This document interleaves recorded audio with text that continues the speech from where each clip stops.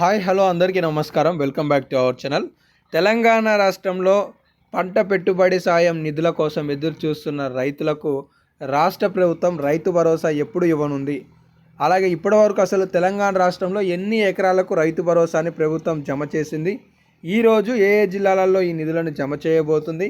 10-20 ఎకరాలు కలిగిన రైతులకి అసలు భరోసా వస్తుందా రాదా, వస్తే ఎప్పుడు రానుంది అనే సమాచారాలను ఈ వీడియోలో మీకు చాలా స్పష్టంగా, వివరంగా, క్లుప్తంగా తెలియజేసే ప్రయత్నం చేస్తాను. వీడియోని చివరి వరకు చూడండి.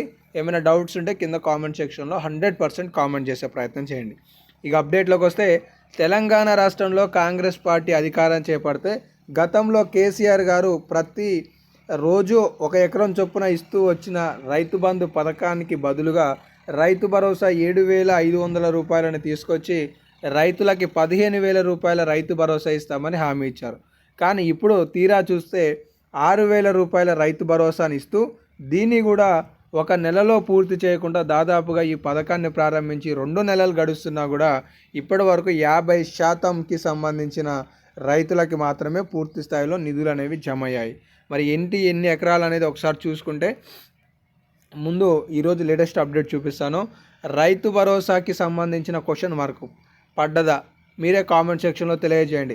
రైతు భరోసా మీ ఖాతాలలో ఏమైనా జమ అయి ఉంటే ఎస్ అని కామెంట్ చేయండి, జమ కాకపోతే నో అని చెప్పి కామెంట్ చేయండి. త్వరలోనే వేస్తామని ప్రకటించిన ముఖ్యమంత్రి రేవంత్ రెడ్డి గారు మార్చి 31 లోపు 90% పూర్తి చేస్తామని, కానీ ఇప్పటికీ రైతు భరోసా లేదు అని చెప్పేసి ఒక స్టేట్మెంటు మీరు చూసుకోవచ్చు అనమాట. అయితే వాస్తవానికి తెలంగాణ రాష్ట్రంలో ఎన్ని ఎకరాలకి భరోసా నిధులు ఇప్పటివరకు జమ చేశారంటే కేవలం 4 ఎకరాల వరకు మాత్రమే జమ చేశారని అయితే చెప్తున్నారు.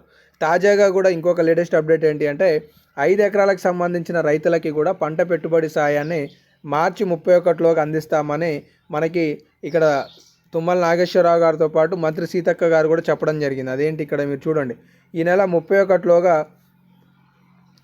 31లోగా పెండింగ్ బిల్లులకి సంబంధించిన స్టేట్మెంట్ కూడా ఇవ్వడం జరిగిందనమాట. మరి వాటికి సంబంధించి పూర్తి స్థాయిలో డిస్కస్ చేసుకుంటే, తెలంగాణ రాష్ట్రంలో 5 ఎకరాల లోపు కలిగిన రైతులే 90% మంది ఉన్నారనమాట. కేవలం 10% మందే 5 ఎకరాల కంటే ఎక్కువగా ఉన్నారనేది సమాచారం. సో కాబట్టి ఈ 90% మందికి సంబంధించి మార్చి 31లోకి ఇస్తామని చెప్పిన ప్రభుత్వం మరి నిధులు జమ చేసిందా చేయలేదా అనే విషయానికి వస్తే, మనకి 30వ తారీఖు నాడు సెలవు ఉన్నది ఉగాది కారణంగా. అలాగే ఈరోజు 31 రంజాన్ పండుగ కూడా ఉంది.